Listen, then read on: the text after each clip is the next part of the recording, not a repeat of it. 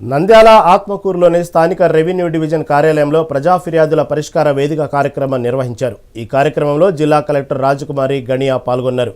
Atmakur division పరిధిలోని అధిక సంఖ్యలో స్థానికులు పాల్గొని కలెక్టర్కు తమ దరఖాస్తులు అందజేశారు.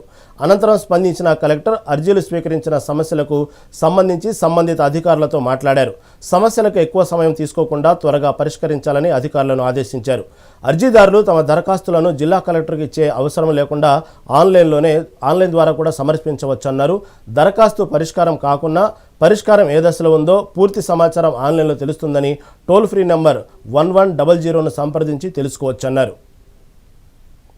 దూరం నంద్యాల వస్తున్నారు కాబట్టి మనకి 3 రెవెన్యూ డివిజన్స్ ఉన్నాయి. ఆత్మకూరు రెవెన్యూ డివిజన్ లోని అలాగే డోన్ రెవెన్యూ డివిజన్ లో కూడా నేనే వచ్చి ఫిర్యాదులు తీసుకుందామన్న ఆలోచన మేర ఈ రోజు వచ్చాను. ఇక్కడికి చాలా ఎక్కువ మంది వచ్చారు, 200 పైన వచ్చారు ఈ రోజు ఫిర్యాదుదారులు. అవన్నీ కూడా ఆన్లైన్ చేస్తూ ఉన్నాం. ఎక్కువగా సమస్యలు చూస్తే సివిల్ డిస్ప్యూట్స్ ఎక్కువగా ఉన్నాయి. సో సివిల్ డిస్ప్యూట్స్ వచ్చినప్పుడు మనము ఏ విధంగా బోత్ పార్టీస్ కి నోటీస్ ఇచ్చి స్పీకింగ్ ఆర్డర్ ఇచ్చి సివిల్ కోర్టుకి రిఫర్ చేయడానికి కూడా ఫెసిలిటేట్ చేయాలి.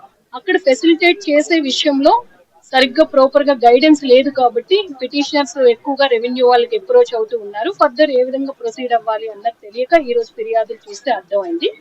రెండవది, మనకి ఎక్కువగా మన జిల్లాలో చూస్తే 14 మండలాల్లో 48 చెంచుగూడెన్స్ ఉన్నాయి. ఎక్కువగా ఆత్మకూరు పరిధిలో ఉన్నాయి.